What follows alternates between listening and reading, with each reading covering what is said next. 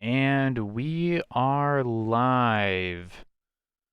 Welcome in, everybody, to round one of the second annual Command Point Invitational. I'm your host, Ryan. Today I'm joined on commentary for this match with Shane. Shane, how's it going? It's going. I'm doing pretty well. Excited to get back into the swing of the tournament commentary. Yeah, right. It's been a while since we've been the ones doing the streaming, but we are back, new and improved. It looks like both of our players, Slamguinius and Val, are just finishing up mustering their kill teams, so we will get to those in a second. Uh, so I guess we can just go right into it, actually. Let's start off with Slamguinius's roster. So, Slam, I guess this list is largely unchanged from the one that we saw him take to the Atlantic City Open in real life. Uh, yeah, so what do you think of what he's brought here? Yeah, it's interesting. I love Bulgrins personally, so I'll never ever complain about somebody taking a Bulgrin.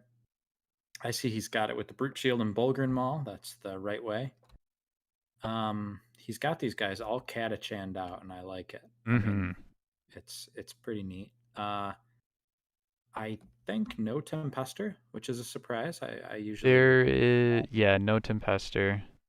and he's got that sniper rifle demo, which is super bizarre. But I mean, he had it on his ACO roster, so I mean, I'm curious to see how it works out for Yeah, there has to be a reason why it's here, right? him. Maybe to pick off poxwalkers or something. I don't know. Scion gunner with a plasma gun, special weapons gunner with a plasma gun. Three of those, in fact. That's what you want to take against Death Guard. Uh, and of course, Godfrey. What else Oh, is of new? course, yeah. Of Auto course, take. yeah. So let's now move on over to Val's roster and look at what he's brought. Uh, okay, we have got a Plague Champion leader, two gunners, each armed with a Blight launcher, it looks like. One of them is a demo spec.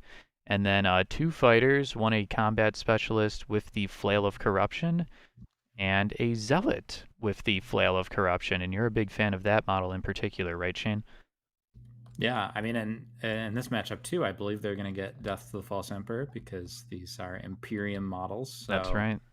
we could see some pretty crazy stacks A here. lot of exploding sixes with that Yeah. Flail of Corruption. And then we've got 9 Poxwalkers. Pretty typical Death Guard stuff. I will say, on Val's roster, there are some Blightlord Terminators, and a couple of them have just I almost wanted the Plague Spewer and the Bubonic Axe, and then there's one that just has the Plague Flail. And I was expecting at least one of those models to be brought, um, but I guess Mhm. we're not going to be seeing one of those in this game. So I am going to go ahead and tell the players that they can go ahead and get started with deployment.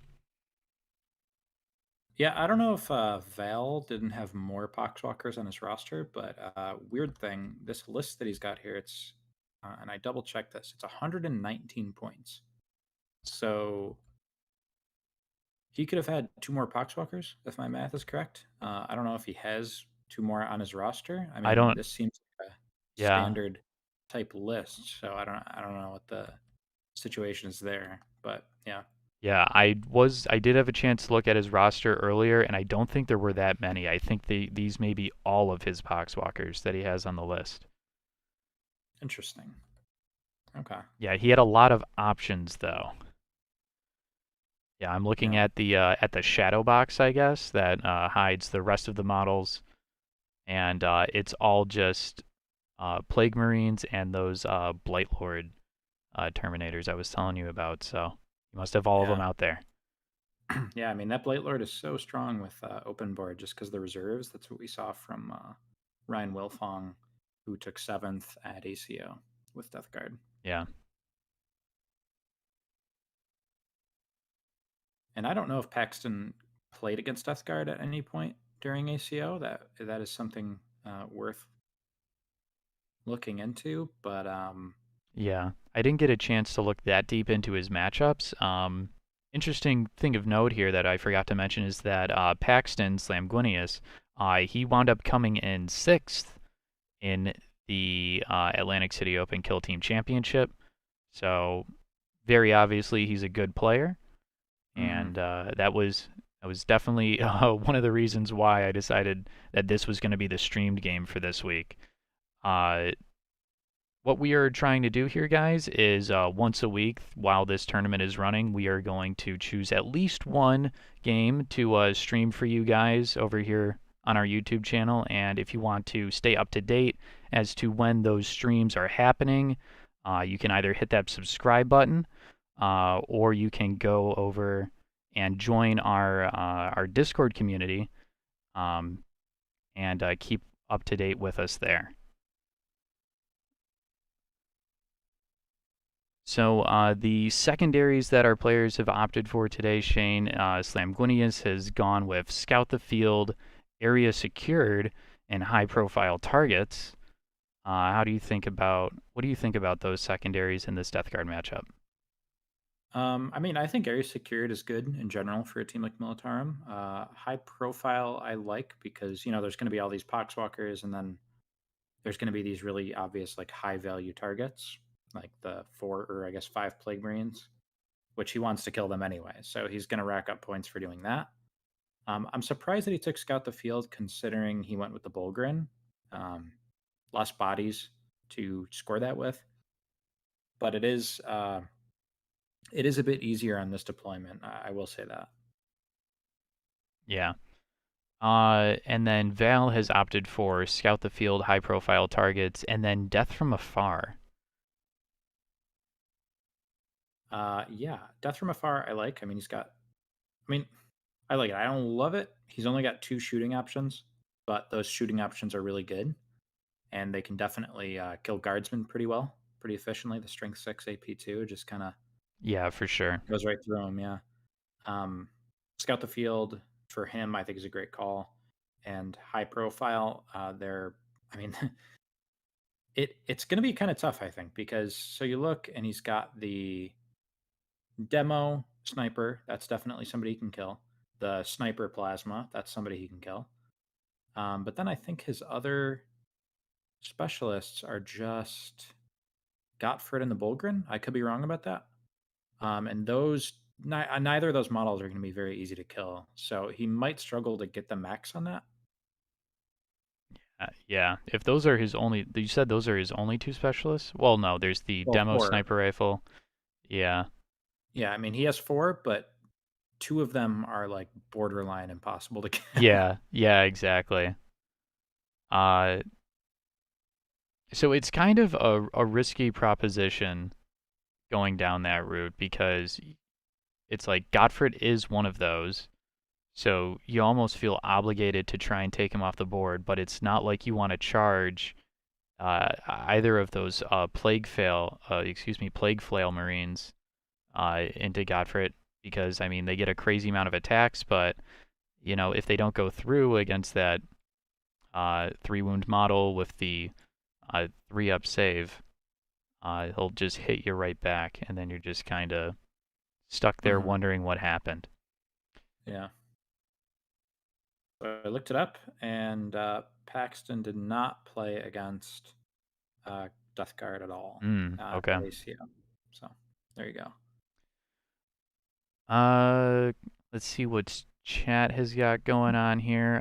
Tom LaRochelle was in chat earlier. He's got to go play his own game, but he wanted to wish us luck with the stream. Thank you, Tom. Uh, Lily Minx, this is Tabletop Simulator. You can go and get it on Steam. And then this is the Du Bois GT pack, I think, mod. And that Yeah. you can find that in the Steam Workshop or over Yeah. on our Discord server.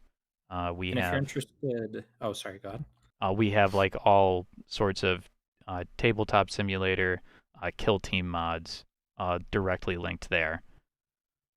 Yeah, I was just gonna say if you want like a tutorial on how to play Kill Team on Tabletop Simulator, I think Glass Half Dead has a really good one that you can find on his channel. Yeah, I just refer people to that video. Yeah, All right. lots of poxwalkers coming down. Yep, as should be expected. So Paxton is running Catachan. So Yeah. each one of his every model here except for the Bolgren is gonna be at strength 4. Very cool. And then isn't there something else to Catachan besides just the increase to the strength characteristic? It's got something to do with officers, which I believe is tied to commanders. Ah, okay. I love these models that he's using. Like the They're quality of them actual isn't. Catachans. Yeah, the quality isn't great. Like they kind of look like melted crayon, but they're clearly Catachan and they're like kind of like goofy. Like Yeah. they're short and like muscly, which is exactly what I would expect from Catachan. Yeah, I wouldn't be surprised if these were actual, like, 3D renderings of actual Catachan models, but the Catachan models are very, very dated. Um, Yeah. yeah, they're just, but cool that he has them. Question chat: what is the format? So this is 125 points. Hold one, hold more, kill one as a primary. Um, for open choice secondaries, and we've got those on the screen there for you.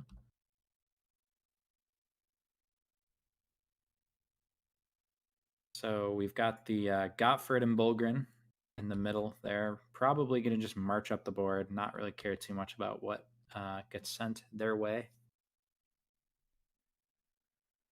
Yep. And Death Guard. So, like, looking at this map, do you think that Val here is going to be able to, like, really get his Death Guard fighters up the field and be effective, or do you think they're just gonna get like chewed up by all those plasma guns? I mean, he's definitely going to have to play it safe.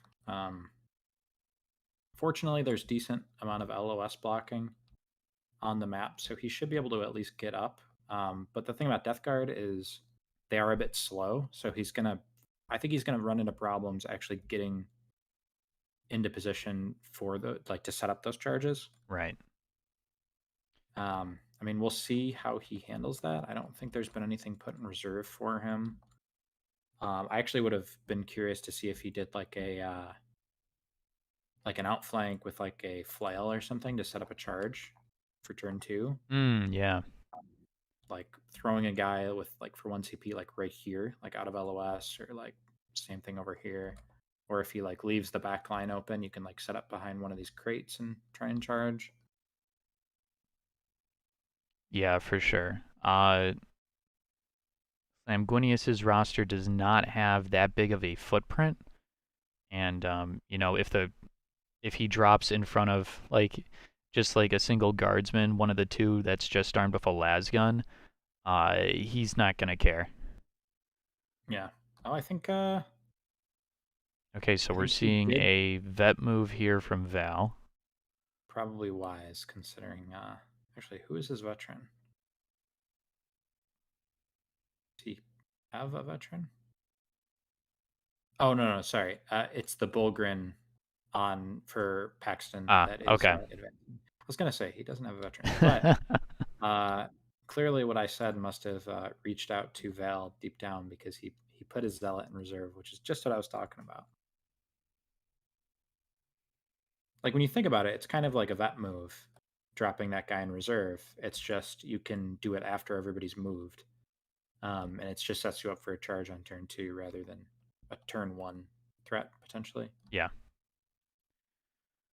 So it looks like Slamguinius wins initiative here, and we're just going to see that Bulgren just park right in the middle. And he'll just stay there the whole entire rest of the game and not do anything else. Yeah, I mean he doesn't need to, but I'm surprised. I mean, see, this would have been nice if he took domination. I mean, normally people talk about Gottfried in the middle of domination, but Gottfried and a Bulgren, it's like I don't know what you do about that. Yeah. You can't really do anything about it right now in the current state of Kill Team. Yeah.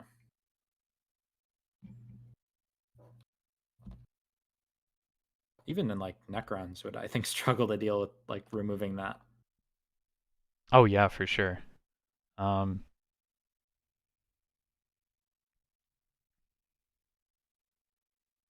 all right, so for reference, every time you see red dice being rolled, and every time you see models being moved with the red cursor, that is Slamguinius. Anything that's blue, that is Val or the Death Guard player.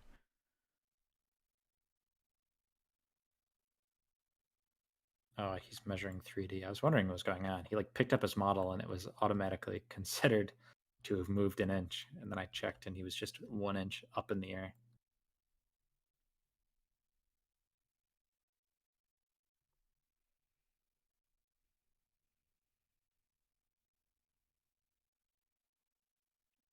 All right.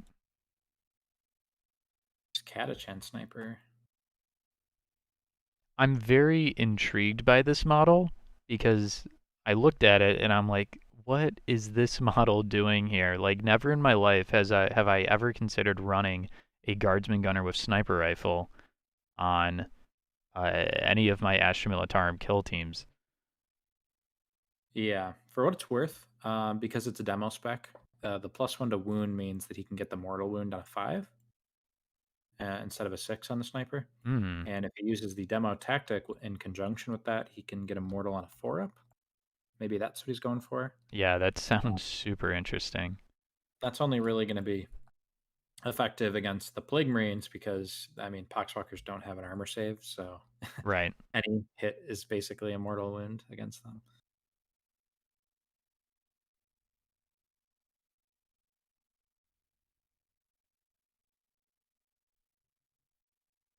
All right, so seeing an advance here from one of these special weapons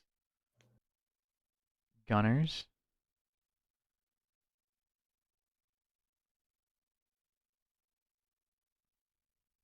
So, what does this leader have equipped? Oh, plasma gun, actually. Interesting. Yep, plasma gun and the plague sword. The correct loadout. Um, honestly, anything, anything for that for the plague champion is good, except for the plague knife, which there's never any reason to take that weapon. Yeah, not when you have the plague sword. So here, Slam is taking advantage of these line of sight blocking barricades here, being able to just move right up the board, completely safe from any sort of shooting. Vale will really have to work to get the right angles set up to utilize his blight launchers. Mm-hmm.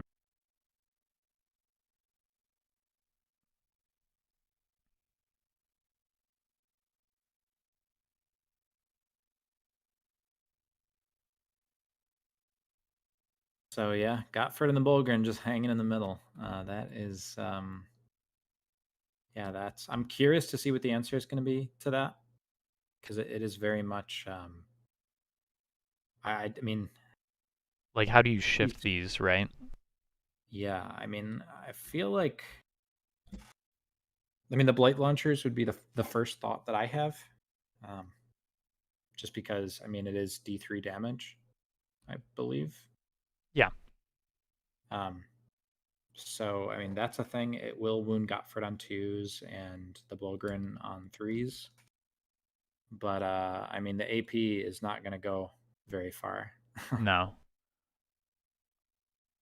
The what I had expected was for Val to bring the Blightlord Terminator with the Plague Spewer and Bubonic Axe, Mhm. um, or the Plague Flail. Because I mean, like there is something to be said. The Plague Flail does have a ton of attacks, but this turn I think he's better off holding back, staying out of combat, hoping to get turn 2 initiative, and just trying to kind of bombard the Bulgren and Godfrey with the blight launchers. Mhm.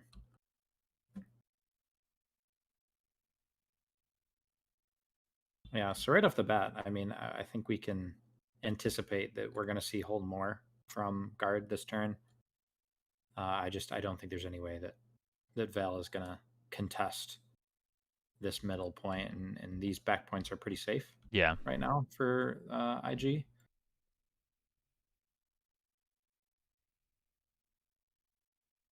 Another advance, this time for the sergeant. Yeah, that Catachan Sergeant with the Power Sword. Being Catachan does not particularly benefit that particular model.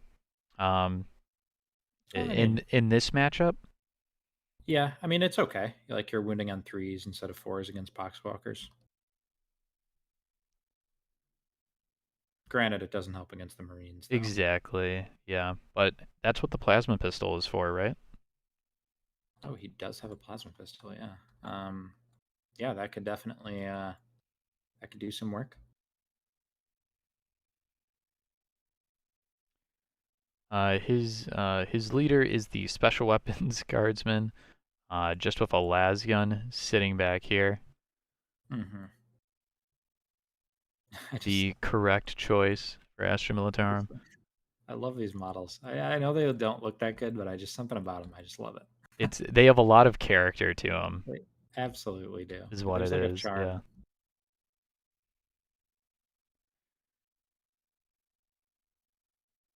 Yeah, these gotta be.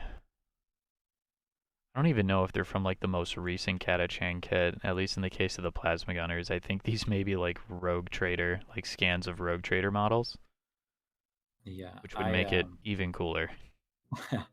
I think I found these once on TTS when I was looking for guard models, and I considered using them, but decided against it. But I'm glad Yeah. somebody's carrying that torch. There's a lot of really cool guard models on TTS. It's one of those factions like Drakari is another one where there's just for some reason there's so many models that you can use that look really good on TTS. Like the opposite of like Marines, funny enough, where Marines it's like you can't ever really find the exact loadout that you're looking for. Oh yeah. It pains me. And then like the new Primaris stuff is so new that a lot of times you can't even find it until like uh pretty recently. There's been a Right, lot yeah. more of the newer stuff being scanned into TTS.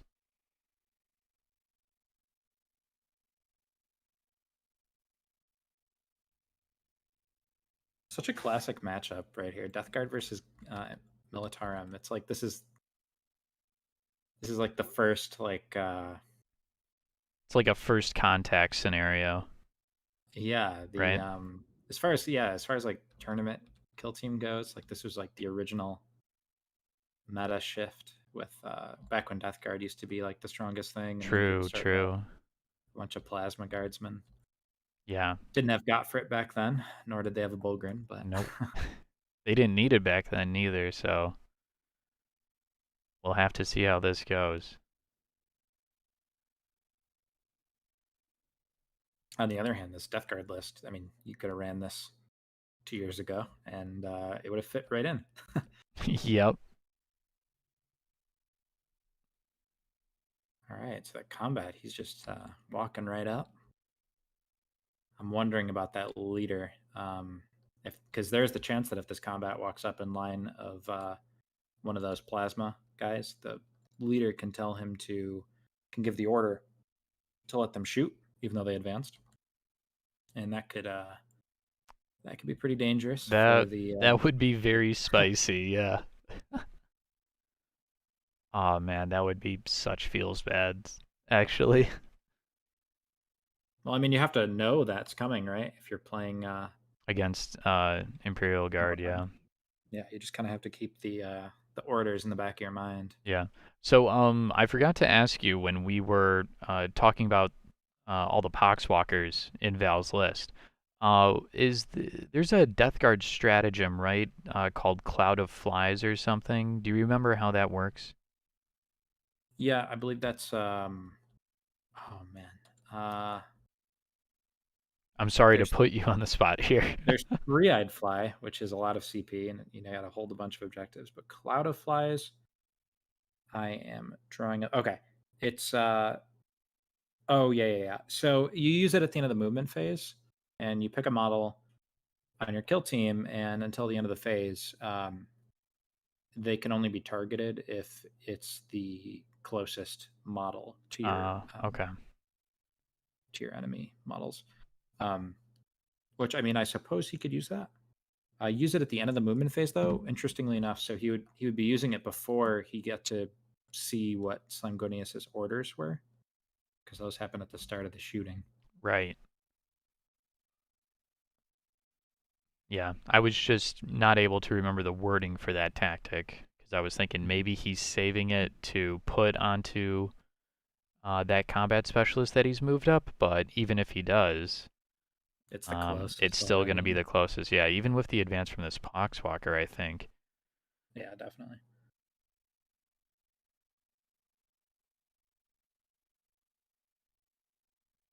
That is a brave Poxwalker. Yeah. Well, he's the immortal Andy. Oh yeah, Yeah. I don't know how he got that name. I can only imagine he got it by doing crazy stuff like that. Just rushing up not the middle of dying. the board. Carl the Persistent. They all have they all have got names. Well, not all of them actually. I guess the one Chet. Oh, these names are great though. Yeah, Carl the Persistent, Andy, Scab. That's kind of gross. Yeah, well they are Death Guard, Shane. Gush. That's actually I think the grossest name. Is Huh. Gush.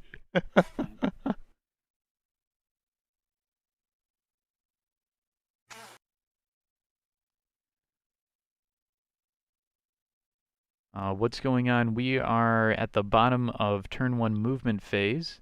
Val is moving all of his Death Guard models.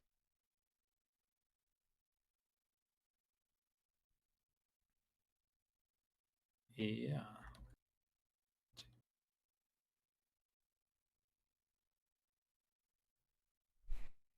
Yeah, I just confirmed he does only have 9 Poxwalkers. So there you go. That explains the 119 point list. Yep.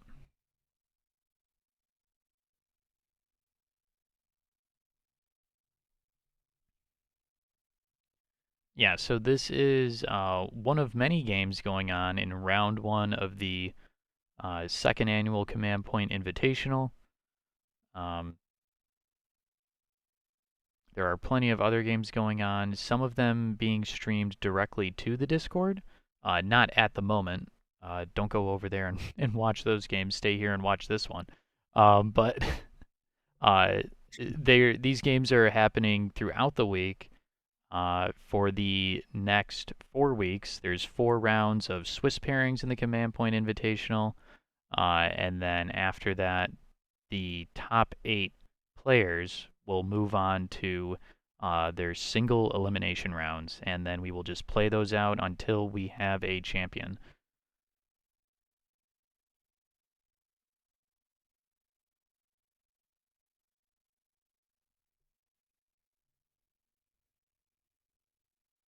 I'm thinking about where that zealot is going to deploy.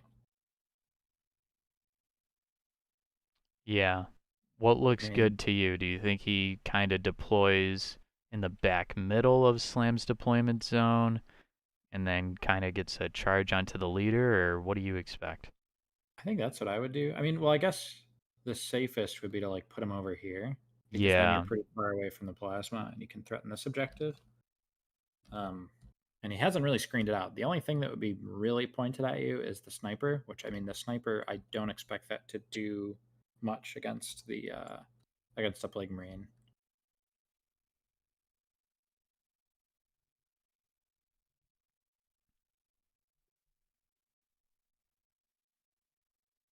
Slaughter Gaming asks, is there anything that we would change about the Death Guard list?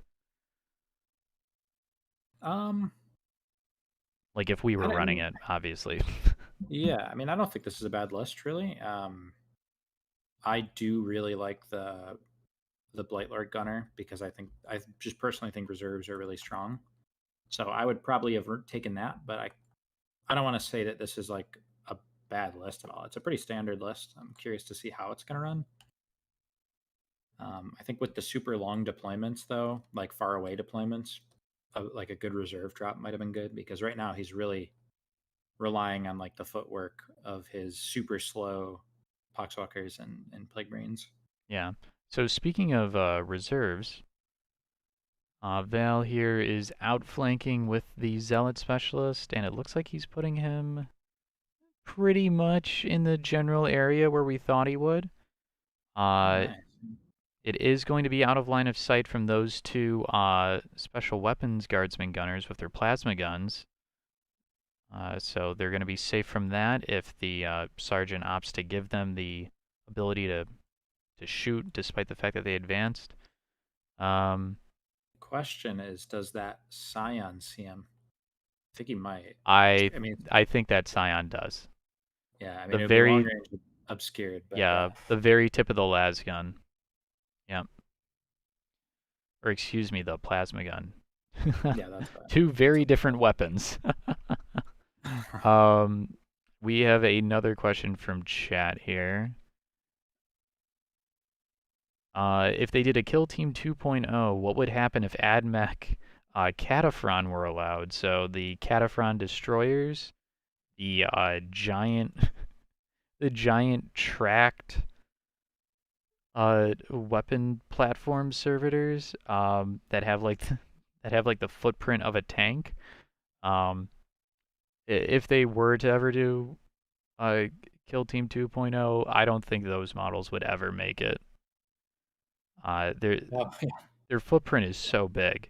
Um, uh, yeah, I just don't think there's a place for them in a skirmish scale war game. Yeah, those things are big. Yeah, they're huge. Are you looking at them right now?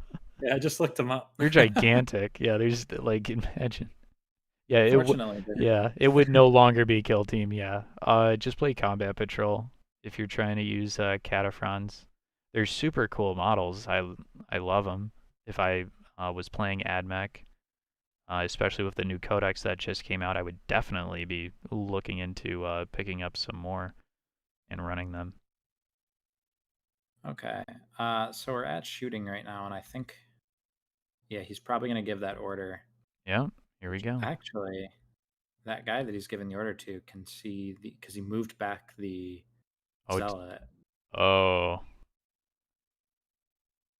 Oh, but I think he's just shooting oh! elsewhere. If he supercharged, that's a dead scion. Oh no, he's Oh using no, a move. interesting. Okay. Yeah. So how do you feel about that? Because Yeah,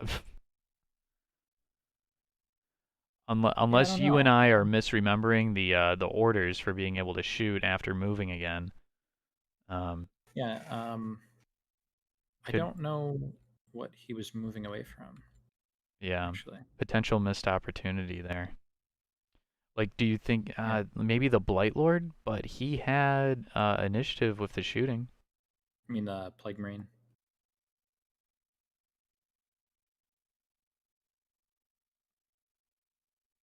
Yeah, he definitely could have gotten some free shots off onto zealot. Yeah, I think that's a potential misplay there on Slam's part. But so here we go, the sniper in action. Yeah, he's shooting at the combat, I believe. He's sitting on fours. I don't think the dice went into the box. Or no, he would be hitting on a six because he moved with the heavy and it's obscured and Yeah. it's a guardsman, so sixes does not hit.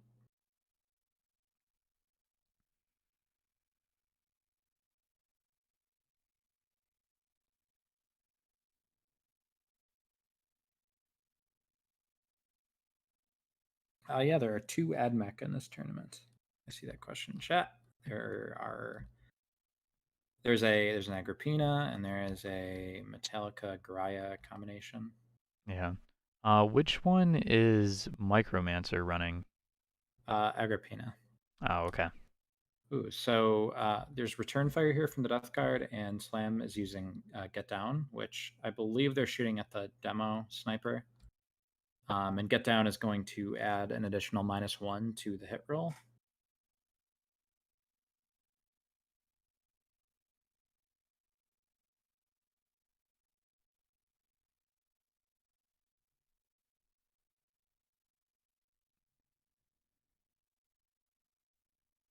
And they are apparently discussing something. I don't know what, but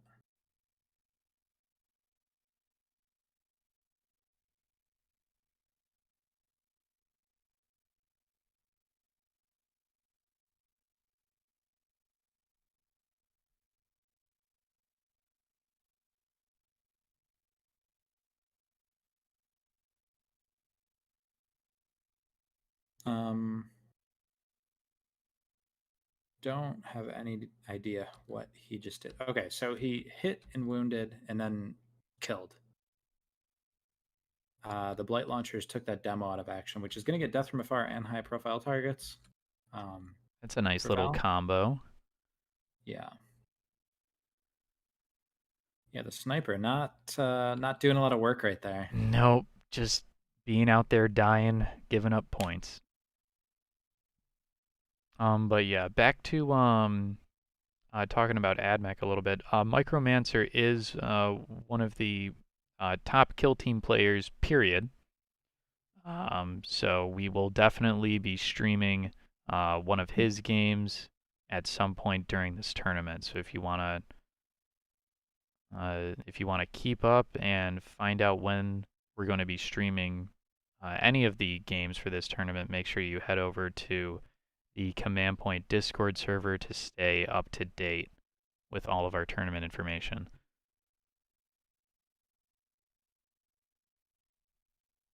So right now, I think Slam is looking around for some different shots to take. Looks like that las gun's going into the zealot, Yep. and both hit. Ooh, okay. Wounds on 5s. He gets 1 wound through, no AP. Oh! He's So hurt! if this kills the Plague Marine, I'm gonna laugh so hard. So that's just a 3-up armor save. Oh boy. Oh no. Oh, he fails Oh it. no. Val does have Probably. 1 CP. I feel like you use it here. Oh, absolutely. I mean, this this would be devastating. This is ridiculous. Yep. Yep. There's the reroll going for that 3. Oh, Oh no! no. All right, 5-up, feel no pain. Here it comes. Oh no, the las gun. Val is getting diced right now. Okay. Here comes the out of action roll, and that is a Oh dead my Plague Marine. god. Holy smokes. Wow. Holy crap. Absolutely devastating las Yeah, gun action that there. special weapon guardsman, he's getting promoted. Well, that's the leader, so I know. He's already the head honcho, but you got to name him or something after that slam. Come on. That's ridiculous. yeah. Uh Somebody. Wow. oh, you go ahead. I was gonna say somebody's asking about Micro. Micro is definitely not British. He is a Canuck.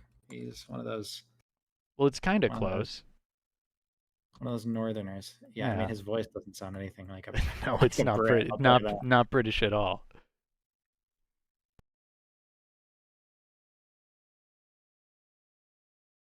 Okay, so they've traded kills, but I think also Slam hasn't scored it for himself, but he is going to get high profile for that because that was the Zealot, I believe. Yeah. I'm just going to move this over here. I mean, they'll tally that up at the end of the game, so. So something's shooting. I don't know what.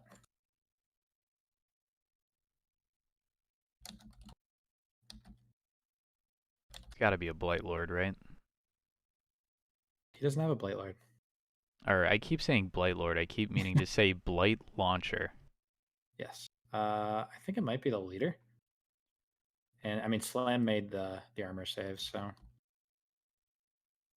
yeah, he fired his plasma into the Bulgrin, and the Bulgrin made the 6-up.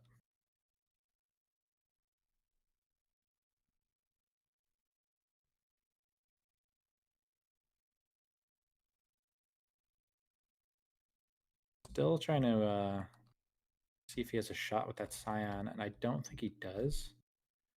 Let's To be take a honest, oh, look actually, here. maybe. No, he doesn't. So Val is going to score Scott the Field at the end of the round. Slam is going to score Scout the Field, and he's going to get a high profile and hold more, and kill one. Um, so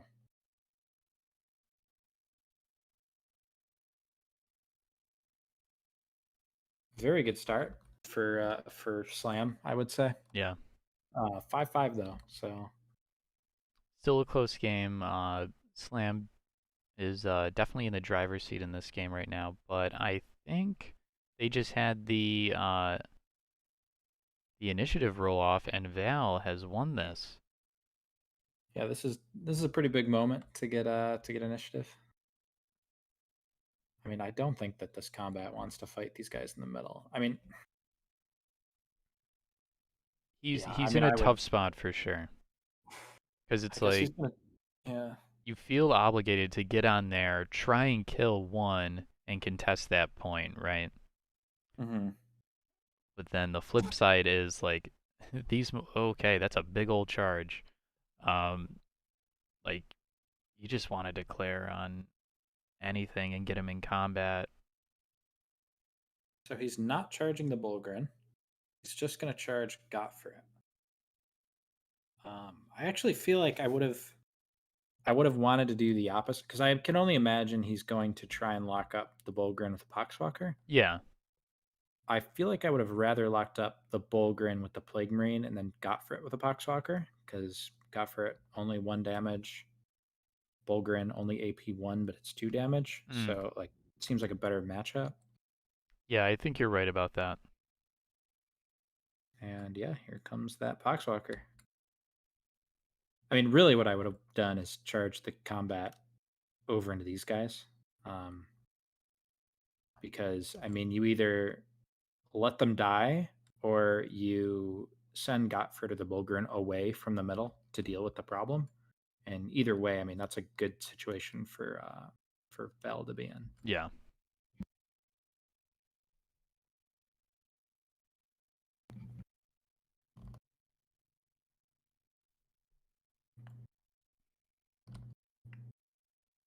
I'm gonna go ahead and clear these move tokens. Oh, actually, I can't because some of them are on the board, like for this round. But Oh yeah. yeah, I'm gonna get rid of slams at Yeah. least.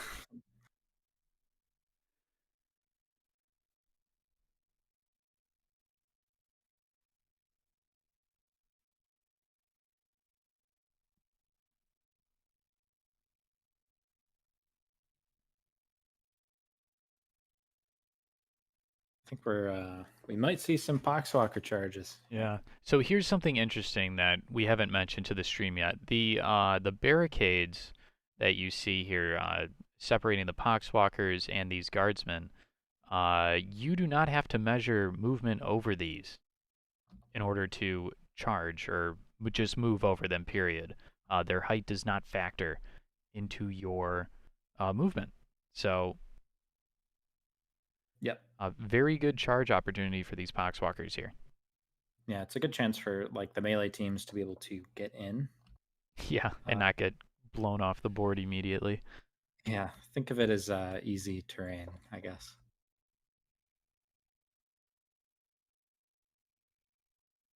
So I think we They're might see. scalable, I guess we'll call them.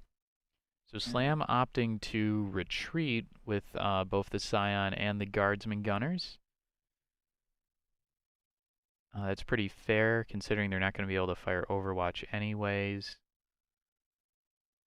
But I think they're so close anyways that probably wouldn't Yeah, I mean it have will been make the it smart harder. play. I'll make it harder for the other guy to get in, at least.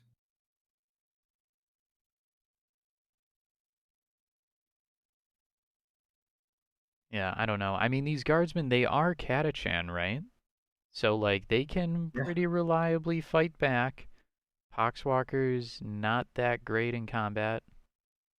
They're kind of just there to just, like, bumble around and tie up models, so. Hey, they got 2 attacks.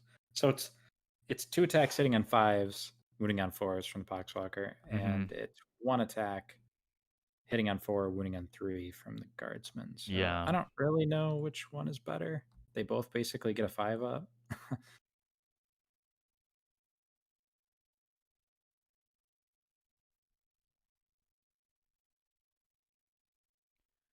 5-inch charge for Val, followed by a advance move for the demolition specialist.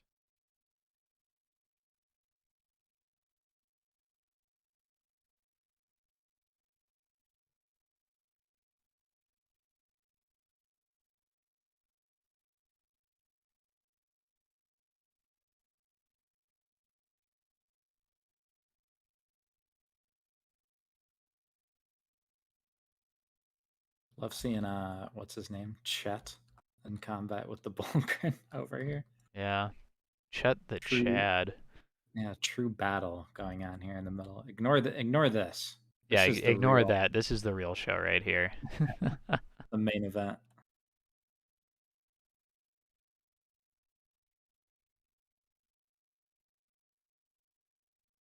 All right, so Immortal Andy is advancing here. Just 1 inch.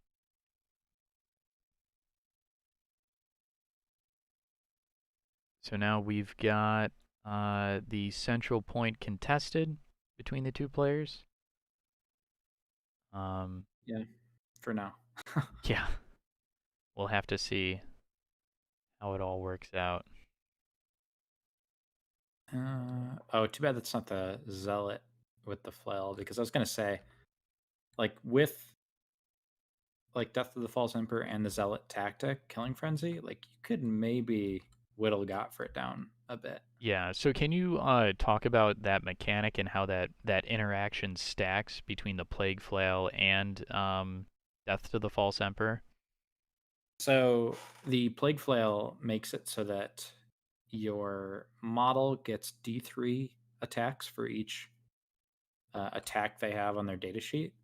So the combat guy here, for instance, he has 2. The combat gives him 3 attacks, but since he has a flail, that's actually 3d3 attacks. So you roll to see how many attacks you get, and then you roll to see if you hit on those.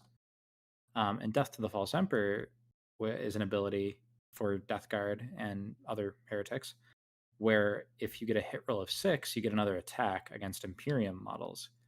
And in the case of the flail, that's another D3 attacks if you're using that weapon. So every time he gets a 6 to hit, he gets another D3 attacks on top of that. And if he was a zealot, the zealot has a 1 CP tactic called Killing Frenzy that is like the same thing as Death of the False Emperor. So in conjunction, if he had those 2 stacking, he could every time he got a hit roll of 6, he would be getting 2d3 extra attacks with the flail, which is just like insane. Yeah, for sure. Chris in chat wants to know if you can submarine to victory in the Command Point Invitational. Uh, Me personally, I think submarining is stupid, and the first round pairings were random, but then rounds 2, 3, and 4 are going to be like points, or I should say like score and win-loss dependent. Mhm. So I mean, I guess you can, but like the level of competition here, it's like you want to be 4 and 0. Yeah. You Yeah, want to you be don't 4 and 0 if you have to be 4 and 0 honestly if you want a chance of the top 8. Depending on the scores that you're getting in your Well, I games. mean, yeah, if you go 4-0, you're definitely top 8. But like the fact of the matter is if like losing your first game it makes it extremely difficult to make top eight. Like I understand that like the theory behind submarining. I don't think it's a good idea by any means. Yeah. Would not recommend. Uh, I mean, Yeah. I lost my first game of ACO on day one, and after 4 rounds, I climbed back to third, but would not recommend. Wasn't fun. I mean, the games are fun, but stressful. Yeah. Yeah. You don't want to be in like a do or die situation at any point. What's really nice is being 3-0 going into the last game and knowing that you can make top 8 as long as you, even if you lose, you can just get good enough points, right? Assuming you've done like serviceable the rest of the during the 3-0. Yeah. The term submarining is literally just you throw turn one, or excuse me, you throw your round one game. That way, hypothetically, you get paired up against players who are at a lower skill level than you. Spoiler alert, if you are already at a low skill level, there is literally no point in submarining because you're just going to wind up playing people who you already were probably going to get paired up against anyways. So, um, Yeah. but yeah, there are 43.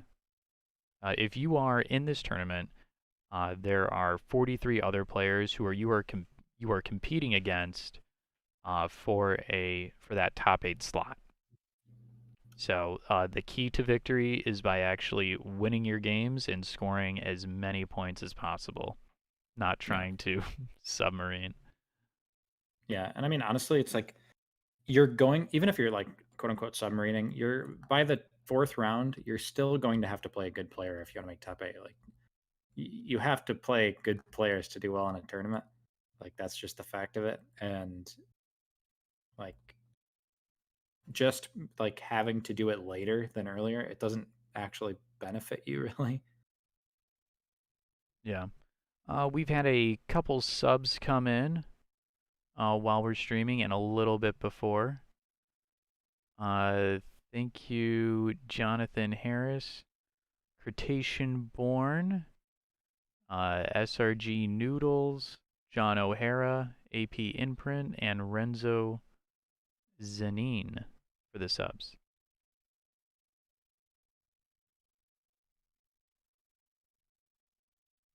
Renzo asking if you can see the lists anywhere. The lists themselves, I mean, you could just go back to the start of the VOD at any time. But the rosters, if you go on our Discord and you go to the CPI section and go to CPI, I believe it's rosters, or I don't know what you called it. Yeah, I think I have it under CPI rosters. I have all Yeah. of the rosters in this tournament uploaded there in PDF format for your convenience. Um, Yeah. and then once this live stream is ended, I plan on putting the actual the lists that the players are running in this, not the full command rosters, into the video description. Yep. So total pile building up in the middle here. Oh yeah, Slam is he's definitely not willing to give up the middle of the board uh, so quickly. He's thrown his sergeant into Chet over here. I'm not sure if the Bulgren needs the help necessarily, but he will be able to pile in, get on that objective regardless. yeah, and that's what he's really there for. He could care less if he kills. I mean, sure, killing the Poxwalker is going to be nice, but that's what the Bulgren that's what the Bulgren is there to do. Um, Uh, you've got the Catachan guardsman down here countercharging this Poxwalker. Um, readying up over here from this plasma. I don't know if he has any shots right now. I mean, maybe the leader all the way downtown, but I don't think so. I mean, he could definitely shoot Carl. Oh, right. Duh. Carl These the guys are not in Persistent. combat. Yeah. Good eye. And then the other special weapon guardsman, I think, can see Andy. Just Andy's shoulder behind the barrels there. So tough shots to make, but I mean, like Slam has got to leverage his plasma shooting here if he wants to Yeah. win. So yeah, and like we said, that sniper, or I guess the plasma, not sniper, but it's shooting at Carl right now. So it's gonna be 2 shots on fives. He does get one, and this wounds on it too. Don't know if he's overcharging. Uh, doesn't look like it because we're only seeing one Yeah. field. So fails it, and this is, I believe he's out in a 5-up. Nope, that's a flesh wound. And I would not be surprised to see leaking brain fluid here, just to guarantee that this Poxwalker doesn't have to take nerve tests, but doesn't look like Oh, he's going to use it. true. Yeah. So leaking brain fluid. So that is a 1 CP tactic, right? And then the whichever Poxwalker is using it, they just auto pass morale tests in this. Is that right? It's not even auto pass, it's that they just don't have to take them for the Oh, rest of okay. the, which I could be wrong. I think that's it. So both of Yeah. Slam shots from the second plasma gunner hit and wounded. And that's a 5 and a 6 for the save from Val. Oh, wow. Yeah, That that's really is that's insane. Carl the Persistent. There you go. I don't even know if that was Carl. I mean, it probably was Immortal. Immortal Andy, let's be honest here. If I anybody's don't even gonna know. make 5-up feel no pains like that, it's gonna be Yeah, Immortal Andy. I don't even know if he can see Andy, but I mean, regardless, pretty impressive saves.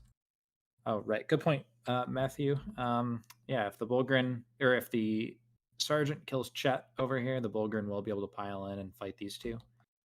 It's been like so much action in the middle that I forgot the Bulgrin doesn't charge.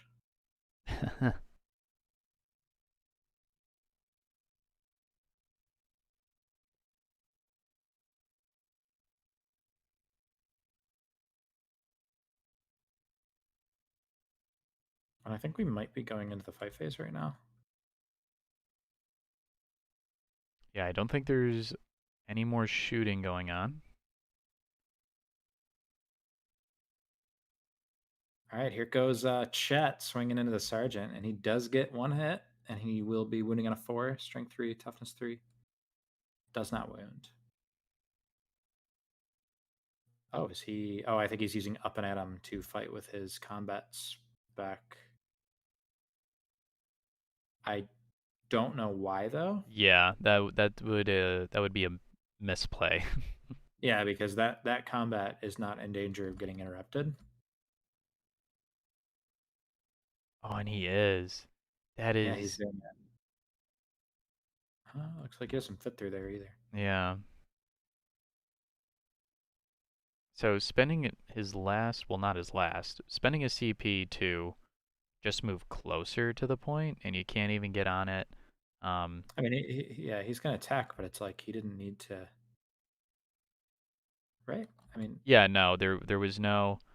The only thing I could think of would be I guess to the prevent an up and sergeant at like him. piling into him, but he's gonna be in combat um with Godfred anyway. Yeah, I mean, I guess you could say that he was concerned about Slam doing an up and at him, so he just wanted to get that out of the way. Hmm.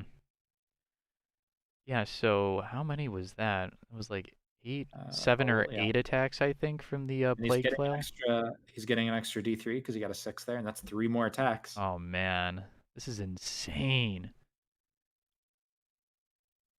And they None of them completely hit. whiff. Oh, Too bad. still a decent amount of Yeah, close. attacks. Could have been a lot better though. Yeah, wounding on 2s, re-rolling 1s because it's a plague weapon. So okay, so that is 6 wounds on a Gottfried. So 6 3-ups. Um, Still probably not going to put him down because he's got a CP for a reroll. But I mean, we'll see.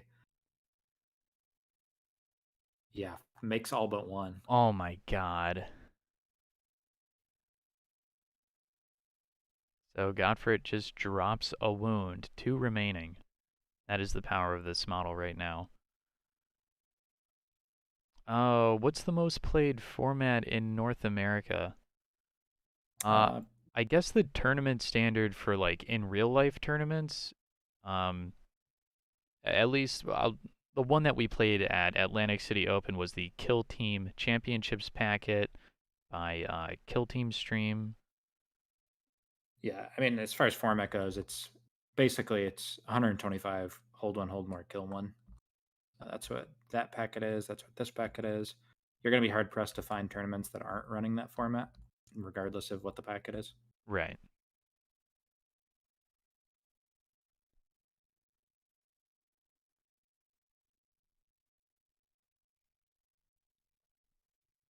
Oh, and that is a dead Poxwalker. The Catachan guys over here wiped him out.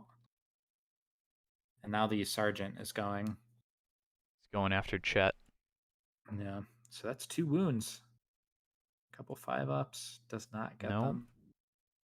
So he is out on a 4. still Oh, in doesn't with get him. flesh wound. I think I would re-roll that because, like I said, killing this guy frees up the Bulgrin. Yeah, that's true. He's doing it. Yeah, he's re-rolling. 4 up to kill. No, Flesh 3 wound. again.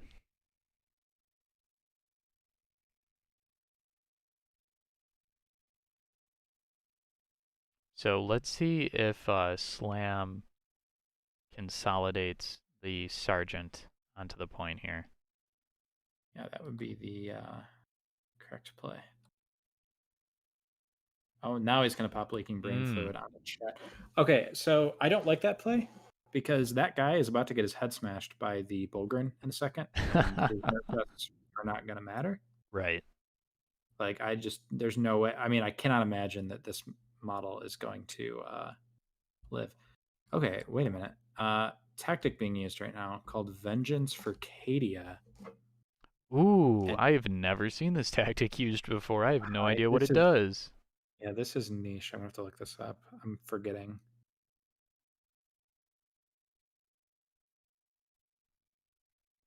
I Looks like a lot of attacks coming through. yeah, But I I mean, stop that.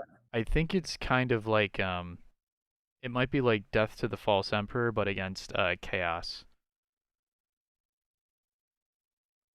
So it's. I actually don't know if he can use that right now. So he only had 1 CP, right? I believe so. So that's a 2 CP tactic. And in addition, yeah, I mean, it would work against them because they have the Heretic Astartes keyword. I don't know if it made a difference, though. It looks like he just flesh wounded him.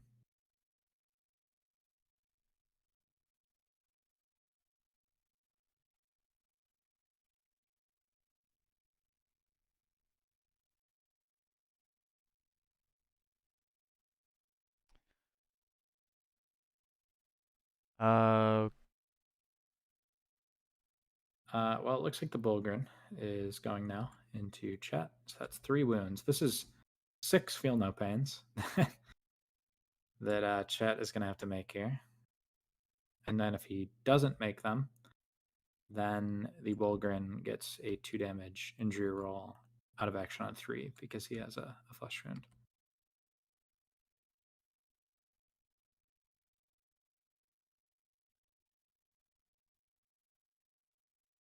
Okay, he does not make the 6 5-ups. So here comes the injury roll. And yeah, that's a dead chat. So like I said, the leaking brain fluid, definitely a misplay right there.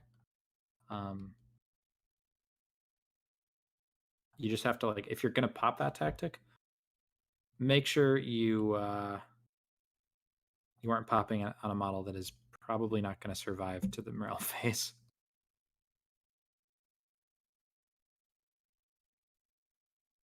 yeah, so I just read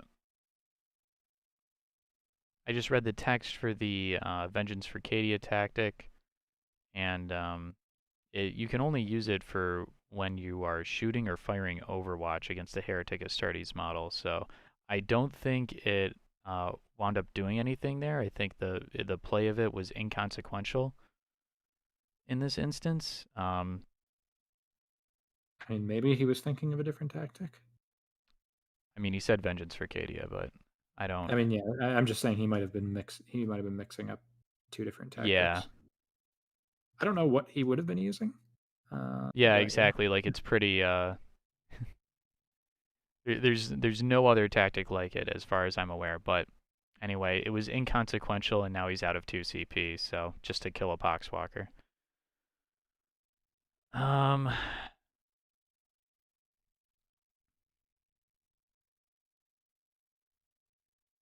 so now some nerve tests for Val. I don't know if he rolled for Carl, but Carl is currently at LD4, 5 from his buddy there, and then -3, so LD2. So on a 3 up, Carl would shake. And I see that he rolled a couple twos, so I think Carl's okay. Unless he just rolled it, in which case yeah. Carl's not okay. Okay. Oh, Oh my goodness. that's rough. Yeah, the combat. Yeah. Oh man. So the combat plague marine with the flail is shaken. Jeez. So that's like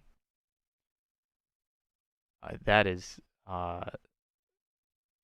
Val is in a really tough spot now that that's happened because Yeah. his zealot's dead. Now his combat specialist with the Blake flail is not going to be able to do anything until the next morale phase. Um, he had no CP to auto pass with him or anything. What's the leadership on these anyway? Leadership 7? Yeah. Yeah. Pyro, you are probably right about that. Getting it mixed up with a 40k tactic. Um, Yeah. Both players consistently getting scout the field. If you're playing a team with a decent amount of bodies, this is a very good map for it.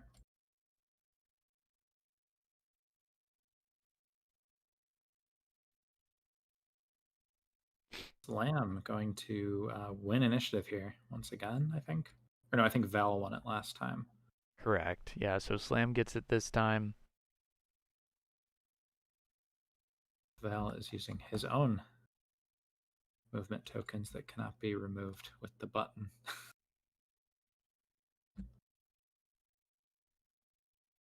Yeah, Slaughter, that's right. So the primary objective scoring format for Du Bois and this tournament is you get 1 point for holding one objective, 1 point for holding more objectives than your opponent, and then you get 1 point for taking an enemy model out of action.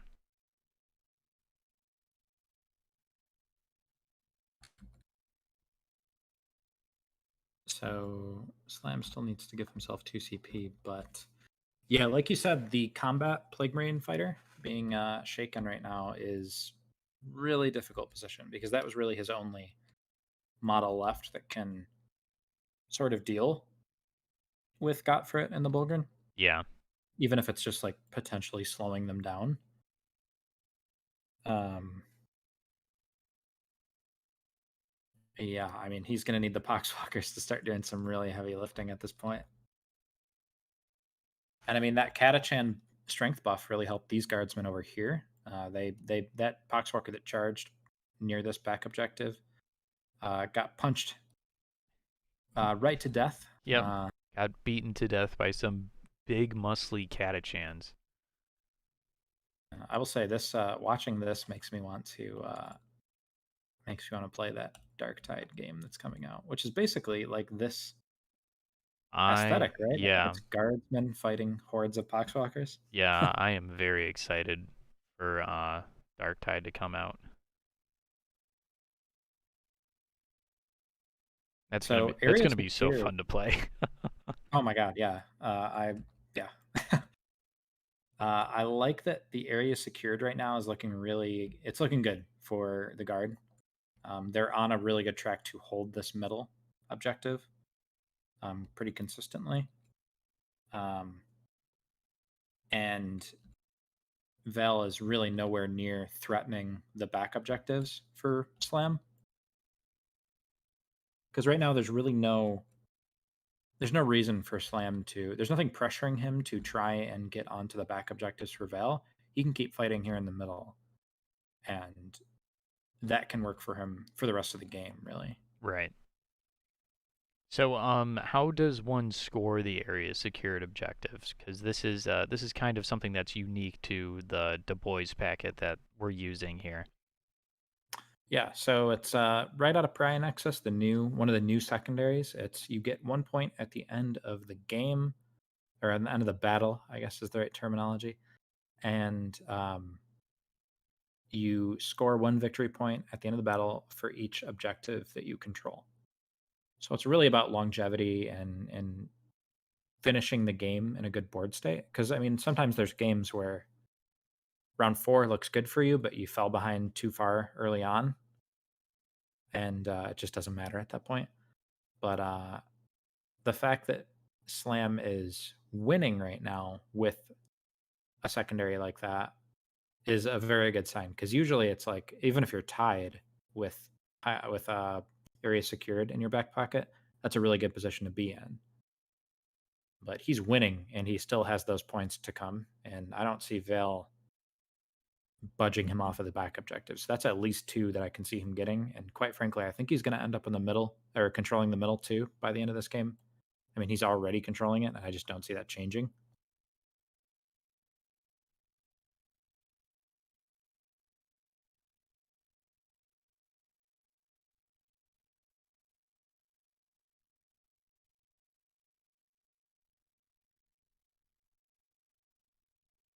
Yeah, Matthew, the Vengeance for Katie, the problem with it is that it only works in shooting and Overwatch, and he used it in the fight phase. So,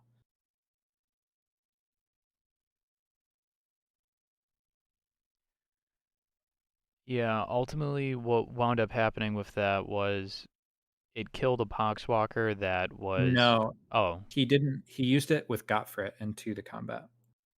So, I mean, if he actually ended up using it, like as we said, just with not Overwatch or shooting, it might have made a difference. I'm not sure. I do know that on math, Gottfried has a pretty decent chance of actually like getting to an injury against a Plague Marine, even with the wounding on 5s.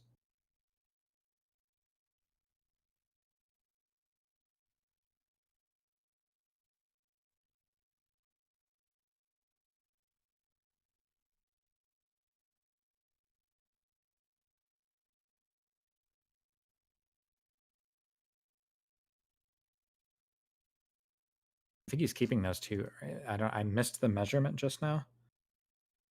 Um, I think he kept the 2 special weapons guardsmen outside of 2 inches of each other.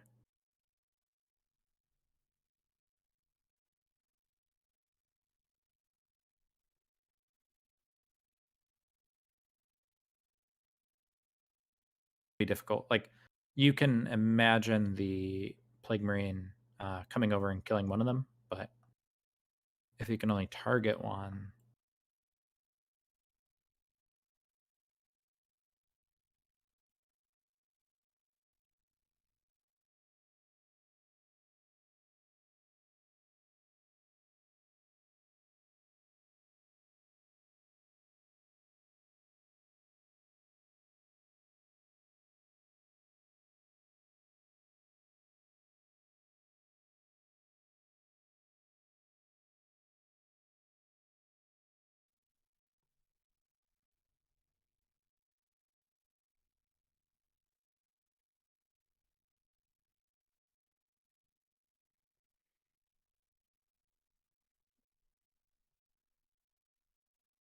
yeah, Matt. So, Shane is going into the Discord channel to talk to the players to talk about that Vengeance for Cadia play because it was illegal and it would have a pretty big effect on the outcome of this game potentially. So, he's going to confer with them and work it out.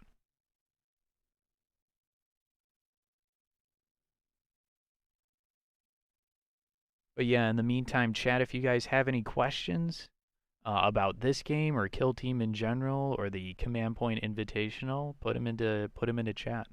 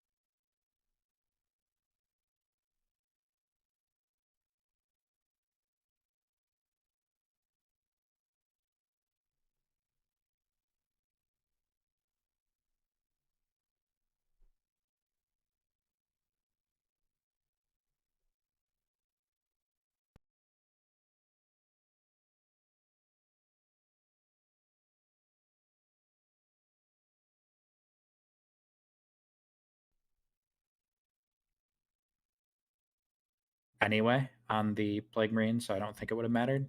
Vel sounded fine with it, so Okay.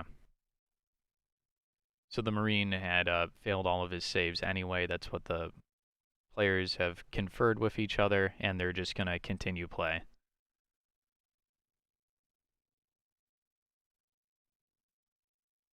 yes. Where can one find the tournament package? Over on the Command Point Discord server, we have the tournament packet and the FAQ and a bunch of other tournament packets that we have ran over this past year that you can go and check out. And you can find the Discord server at, there's a link to it in every single one of our YouTube videos, I think. So should not be hard to find. Ooh, Who's, oh, go ahead. I was going to ask you, Shane, who's your dark horse pick for this tournament? So I don't know if they mean a particular player or if they mean a particular faction.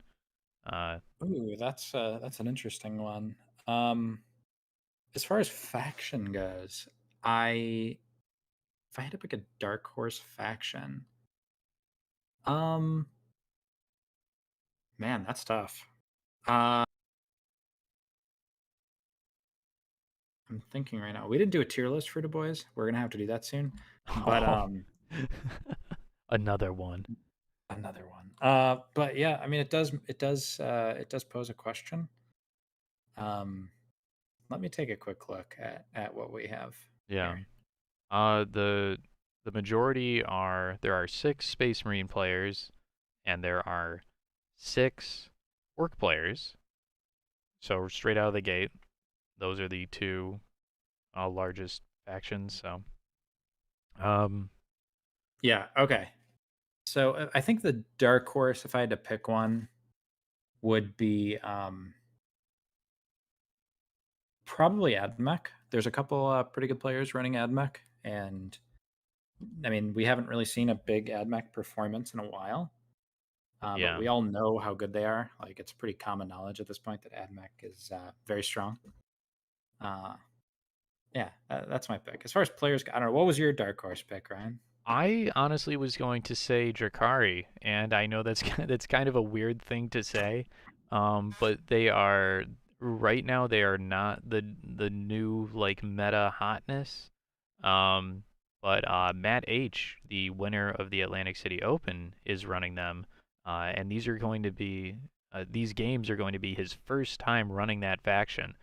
So I got him locked in as my dark horse, I guess. You can call a reigning Interesting. champion a dark horse. Yeah.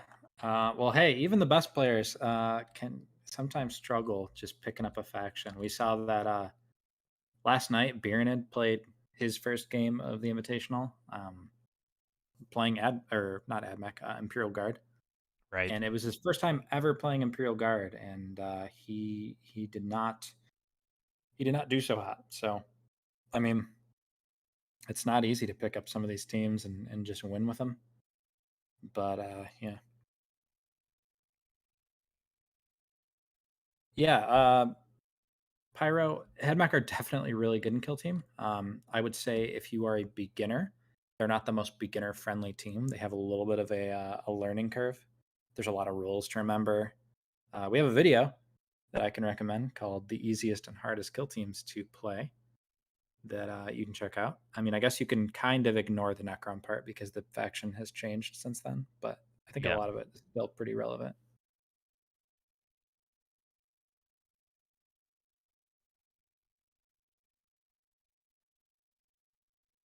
So it looks like some movement going on. Uh, for the Militarum. Ooh, so I believe where this guy is right now. Oh yeah, okay. He's making sure. I was gonna say he moved him almost into his deployment zone, so he wouldn't be getting scout the field there. But I think he caught himself. Yep. Just brought it back up.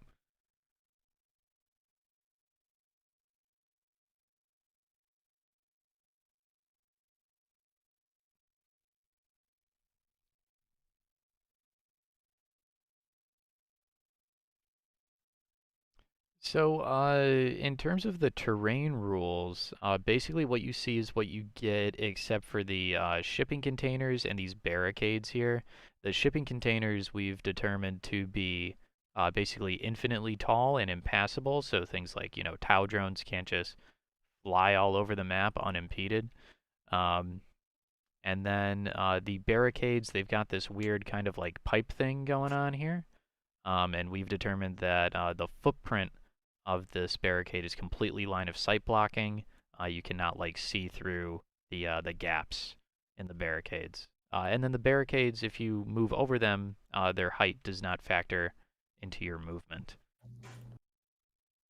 That's basically it. That's all the fancy stuff. Everything else, if it blocks line of sight, it blocks line of sight. If you're behind it and you're getting shot, you're going to be getting it's going to be harder to take that model out of action on a injury roll. Just normal kill team rules, basically. Can we get a cool battle shot of this sergeant surrounded on all sides by poxwalkers right now? I'm out here fighting for my life.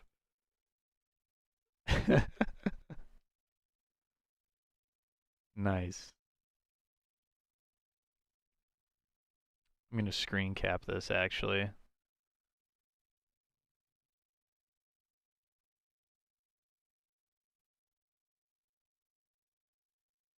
So some slightly more aggressive positioning from the leader, and trying to make use of the fact that for Death Guard rapid fire weapons, instead of being 12-inch, you get the two shots. For Death Guard specifically, they get two shots within 18 inches, even if it's a 24-inch rapid fire.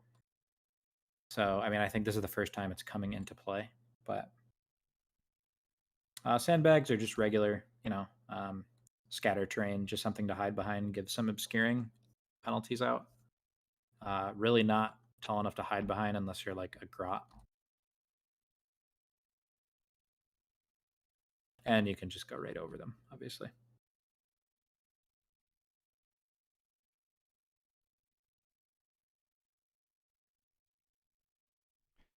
So if you're Slam, you fall back with Gottfried and then just unload the plasma gunners into that combat specialist, right? I mean, I guess you can, yeah. Alternatively, you can just let Gottfried keep hammering away at him Mm-hmm. because, I mean, if you fall back with Gottfried, then there's the chance he could get shot at by some other guys. So at least here, Gottfried's totally safe. Just, you know, punching bag combat spec over here. And he does have him pinned with no escape. Oh, that's true, yeah. So, excuse me, no escape is a new rule from the Pariah Nexus book. Do you want to explain how that sort of mechanic works? Yeah, so in the Prime Access book, it's a new rule specifically for ultra close confines, but for Du Bois GT, we decided to introduce that rule onto this open board. What it is basically is it gives so if you Ryan, if you look at where Gottfried is on the screen for our viewers, if you look, Gottfried attacking this Plague Marine, he kind of has him pinned against the wall. Like if you draw a straight line through them both, this Plague Marine is within an inch of the wall behind him. So if you have them pinned like that in close combat when you're attacking, and they're within an inch of a board edge or a terrain feature, the attacking model gets +1 on the injury roll. So a little bonus to melee teams again. Ooh, and we have Hurl over here, the Plague Oh, Marine Gunner, getting a nice little vantage point up on this tower.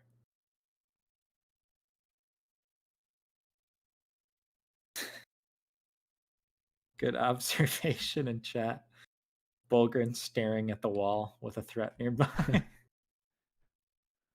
He's just here for the stickers, man. He just yeah. wants his He's here for stickers. the gold stars.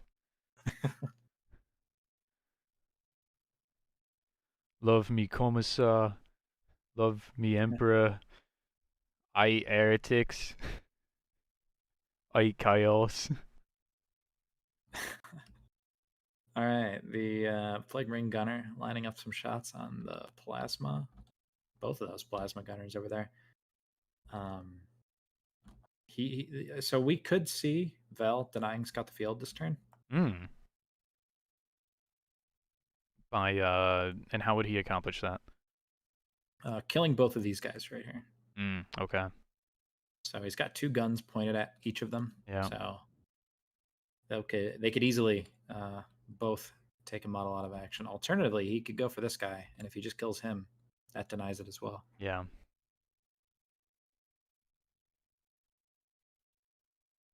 Although this guy is readied, so Yeah. Some fire will and be exchanged. yeah, and Slam has initiative, so he'll be shooting first, even after the readied models.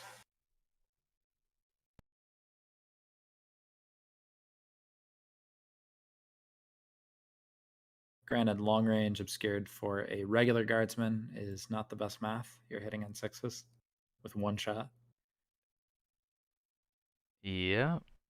Whereas this guy, I believe he has a long range unobscured shot on this guardsman here. Yeah. So, I mean, that's 2 shots hitting on 4s. Math favors the Plague Marine gunner here.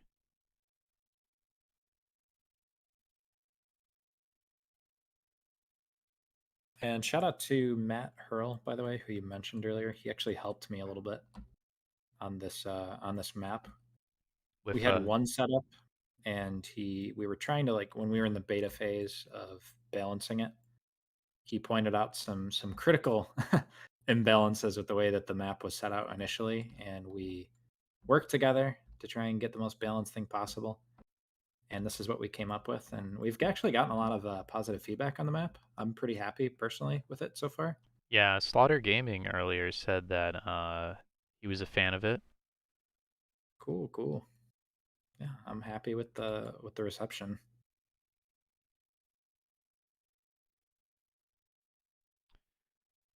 So I believe an order was put on the special weapon guardsman gunner who's about to shoot here.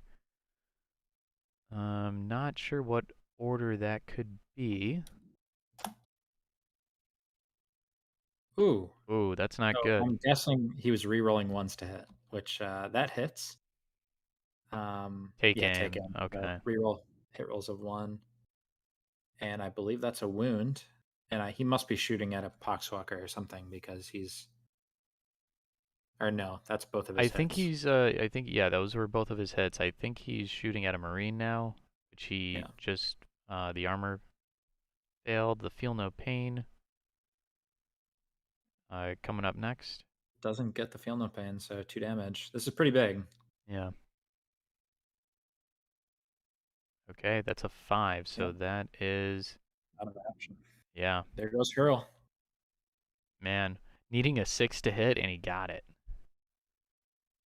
Oh, what's going on here? Oh, Oh, it that was the was wrong not into guy. hurl. That was into the okay. Down. Yeah.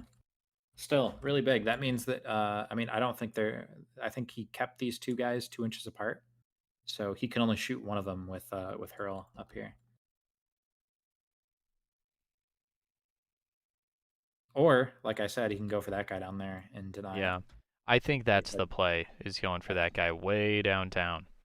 and I think he's unobscured. So yeah, that's definitely the play. So 2 shots on 4s coming up from that blight launcher into this poor Catachan guardsman. Oh, that's a couple of whiffs. Jeez. Maybe The a reroll. the dice are not going Val's way this game. Definitely. I'd be tempted for the reroll, but part of me also would want to hold Yeah, on to CP to auto pass the combat spec, assuming he survives. yeah, But you know, that was probably the correct play would be to use the CP reroll there. yeah. Doesn't quite get the hit there. Lots of pot shots being taken right now. Pretty low percentage chances at the moment. Um, Yeah, so I mean, it's going to come down to how this fight phase goes because you've got a Oh, for million sure. poxwalkers on this one sergeant. Yes, Pyro. The VOD will immediately be like it'll start being processed by YouTube, and then I think it takes like a few hours maybe for it to like fully upload as its own video. I'm Hmm. not entirely sure. It's been a while, but you will be able to watch this back on YouTube. Yeah, and just now that sergeant totally whiffed on his two power sword attacks, and the poxwalkers are swinging back. One hit so far, doesn't wound. Mm, I think that was this guy right here. And there is another poxwalker though that gets the fight back. Snake Totally whiffed. eyes. Yeah, this is a wet noodle fight going on in the middle, Yeah. but there is a Bulgren just waiting. Waiting in the wings. Yeah, waiting to get his stickers. Love Um, stickers. so yeah, Slam Love is me, going to go right now. commissar. So yeah, the Bulgren is probably swinging into Carl the Persistent, and that is two hits. I chaos. Wounding on threes, I believe. Only one, but it is a 2 damage. So, oh, Oh. uh, Not what the, entirely sure what happened there. yeah, I have no idea. But that is a dead. Carl the Persistent is no more,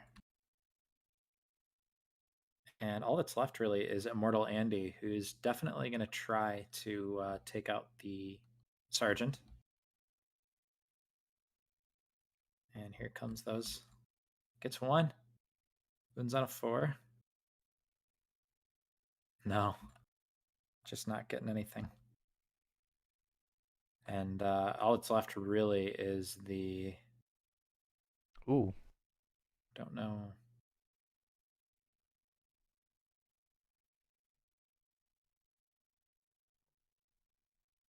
Oh, he re-rolled the wound and got it, and Okay. Slam failed the armor save, and I think Slam's going to re-roll the armor save. So needing a 5 up for the sergeant Or he's if using. he considers. I think he. Okay, yeah, he's re-rolling. Oh Fails again. no. The law of Um, Warhammer. You okay, he's always spending reroll a another 1 into a CP. 1. He's probably going to use Fight to the Death right here. Let's see if I call it. He spent another CP, and that is a 1 on the injury roll. And I don't think Val has a CP left, so that's just going to be a flesh wound on the sergeant. I'm pretty sure that Slam just used Fight to the Death. He didn't say what his other CP was, but Fight to the Death basically is an extra -1 penalty on the injury roll once your opponent gets there.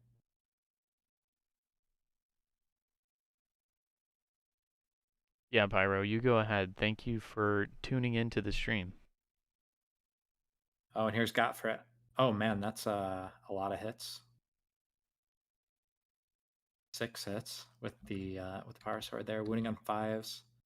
Gets only 1, but AP3, so 6 up save. He Made gets it. it. Wow. Oh, Okay. okay. All right. Unfortunately, because he's shaken, not going to be able to fight back or anything with that model, but could come back in the morale phase. Yeah. 1. So actually, not at a break test yet, Val. Surprisingly, Yeah, I think he right? needs 1 more to break because he had 14 models, I believe. And there's 5 dead, flesh wound over here on the combat, and I think that's it. Yeah, so getting by the skin on his teeth. But the point situation looking very rough right now. That's Slam has already maxed out the primary. He's gotten the 9 points, and he just needs to get 1 more high profile, and then I think he's almost a lock to get 3 points on area secured. Both players maxing scout the field. I don't know what the way back in is for Val because right now, I mean, there's only 1 dead guardsman. You've got 1 guy with a flesh wound. I mean, you need to take them off these back objectives and claim the middle. You got to keep your specialist safe. So this combat, he needs to not die. Although I think he must have failed the nerve test again. Yeah, Oh, I'll have to ask them about that. I disconnected. I don't know if that's just Oh, me. okay. It is still up for me, so I'm gonna. Oh no, it just crashed. Okay. We are going to load in or try to load back in. Oh, it looks like it was a TTS issue. All I right. swear these only happen when we're streaming. Yeah, It's like conveniently. uncanny. All right. We're gonna be back in a few seconds, guys. Hopefully.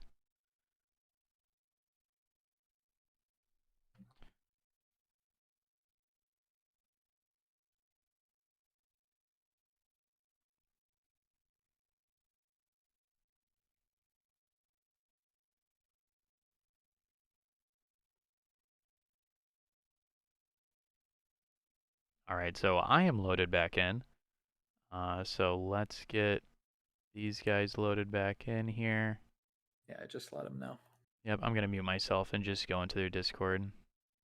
I told them. Oh, okay, tight. Yeah, yeah, that's what I was just doing.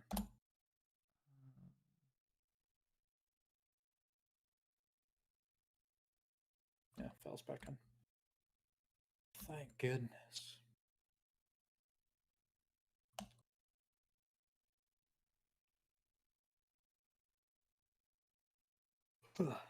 Round 4 here. Is that Come on, Harry Carey in the commentary booth? What's he doing here? Harry Carey here. Get get him out of here.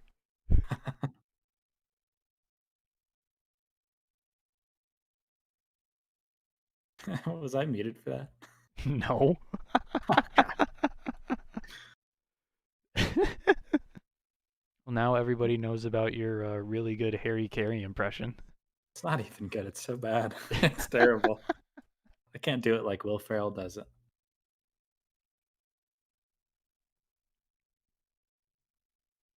All right, so I think we're just waiting on Slam Yeah.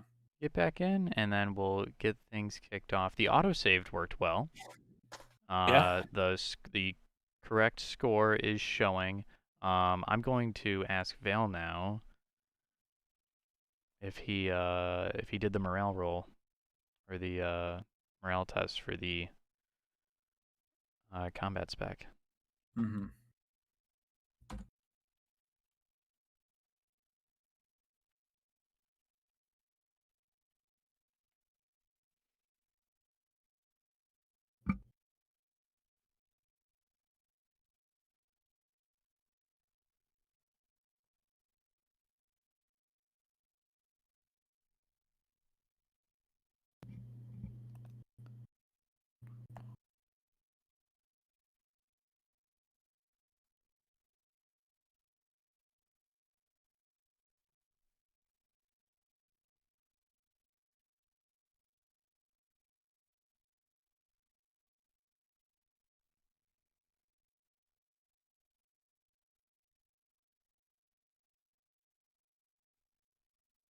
Yeah, so if anybody in chat has any questions regarding Kill Team or the Command Point Invitational, uh, any questions about the Du Bois pack, or any questions about the Atlantic City Open, Shane and I attended that.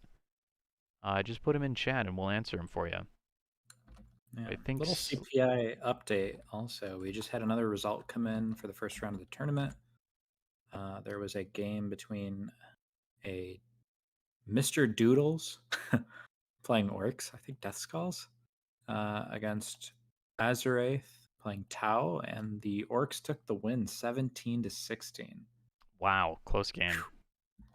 That was a close one, right? Yeah, and like I said earlier, if you guys want to keep up to date with the Command Point, the second annual Command Point Invitational, You can head over to our Discord server where we will be announcing uh, the weekly streamed game for the next up to 6 weeks, I think. We're going to be streaming games. Yeah, 6 or 7, because there's Yeah, gonna be, I think 7, because there's gonna be 4 rounds of Swiss and then the top 8, which is 3 rounds. So yeah.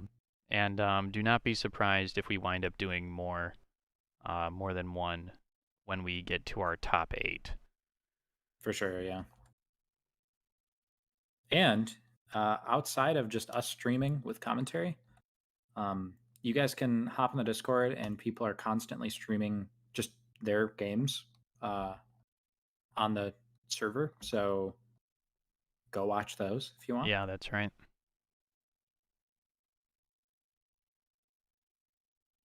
And then aside from just, streaming their games, there are people just playing casual games of Kill Team over TTS that they set up over on our server.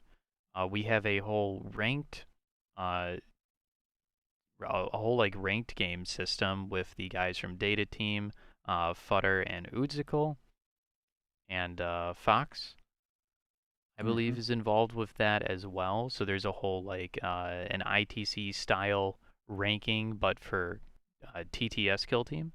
Um, and then what else? There's also a ton of just channels to discuss uh, competitive Kill Team, faction specific channels, and also 40K channels. And yeah, we got it all going on over at the Command Point Discord. Yeah, we just hit like Over, over 800 I was or about to just say, recently. yeah, over 800 people are in the Command Point Discord, which is absolutely insane. Yeah, Real nice community, real good vibes, I which remember when we I'm very started it. proud of. Yeah, when we started it, just for the first invitational was actually the reason that we made the Discord, and yeah, it's gotten pretty big. Hmm.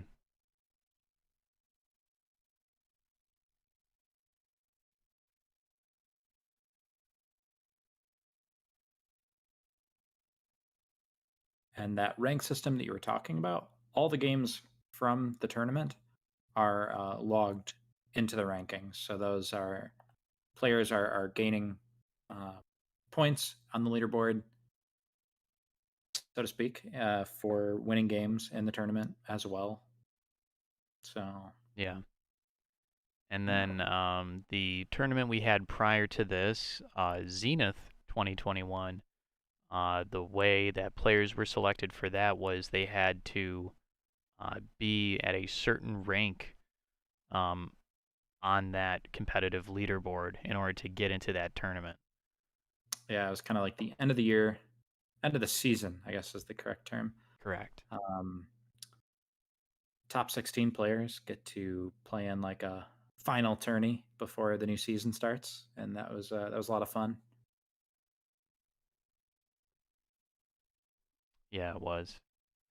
Um, let's see what we've got going on here.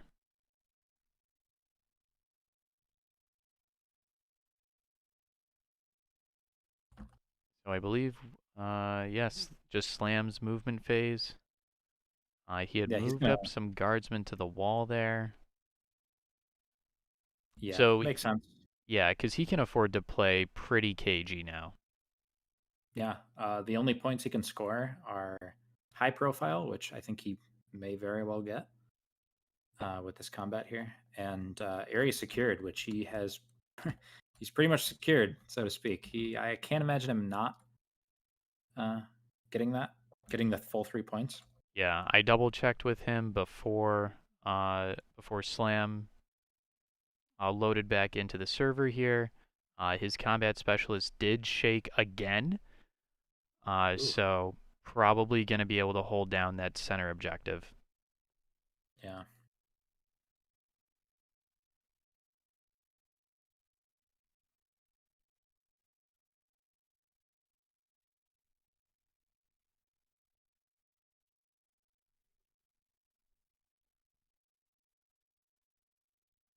Seriously though, MVP of this game, definitely that special weapon guardsman leader who Yeah, for sniping out that zealot plague marine fighter. with his Velasquez. Definitely uh, whatever the equivalent of like the Medal of Honor or the Victoria Cross is, they gotta give it to that guy. Yeah, it's not every day you're gonna see a lasgun kill a plague marine. Absolutely not. Um, Guys, after this game, we'll probably have time for one or two questions to ask the winner of this game. So if you want, stay tuned for that. Um, and then if you ever want to watch this game back, like I was saying earlier, it'll be saved on the YouTube channel for all of time. Yes.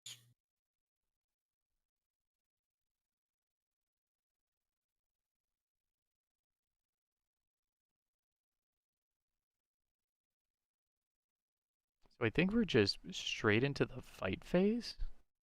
Yeah, Is not that much what's shooting. happening here? No shooting at all? Well, actually, no. Sorry, the sergeant has a pistol. That might be what's happening here. Ah, okay. A plasma pistol. Oh boy. You know, I was never really high on putting a plasma pistol onto a sergeant, just because min maxing. I don't really, I never really got the appeal of it. But now, after this game, I'm very much with it. Oh, and he hits on a 6.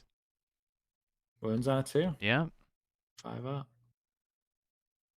doesn't get Does it. not. All right, 1 damage. I don't know which poxwalker this is into, but it is a flesh wound. Oh, and he's re-rolling it. No hesitation. That'll do it. Wow, no mercy. Yeah, taking out that one. That's smart because this one here, Immortal Andy can fight the Bullgrin.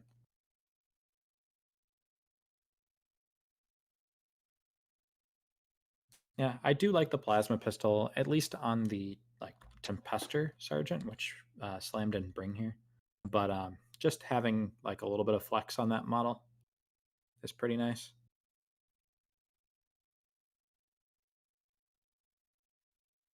And now I think we're into the fight phase, and I think that Poxwalker just whiffed. And now the Bullgrin's gonna do his Bullgrin things. So that's 3 hits. Bunch of wounds. I don't think that guy's wounding on 2s. He's strength 5. Unless Well, the Bulgren Maul, that gives you +1 to your strength, I right? think you might be right, actually. It's been a while since I've used a Bullgrin, since Yeah. I've played Militarum. So another Poxwalker gets bonked. Yes.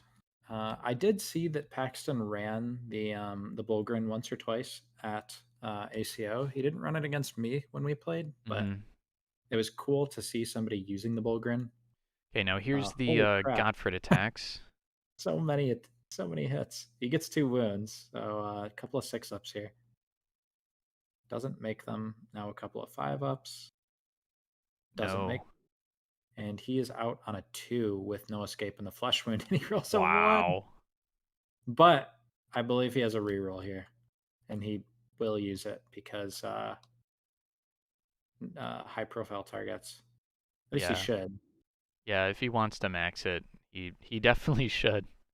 You got to get as Yeah. many points as you can, even if you Oh, think. he didn't do it. He had the point. Why not? Why not do it? Because he could have maxed, but Yeah, so that's game, right? yeah, I believe that's game 17-10 here in favor of the Imperial Guard. So I guess we can hop over to them for a little post game action. Val's Rather than rolling getting, some dice here, oh, you might be right. probably for the break test. Which he So does not. let's see how that shakes out.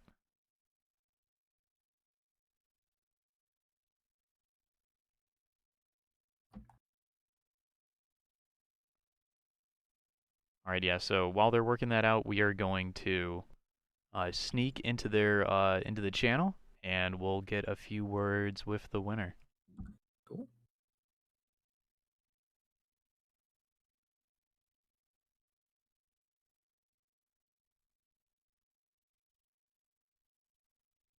Hello.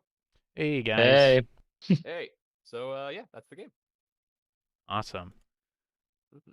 Okay, so Do we take a snippet of the middle there then, or how do we want to go about that? I'm Yeah, Yeah.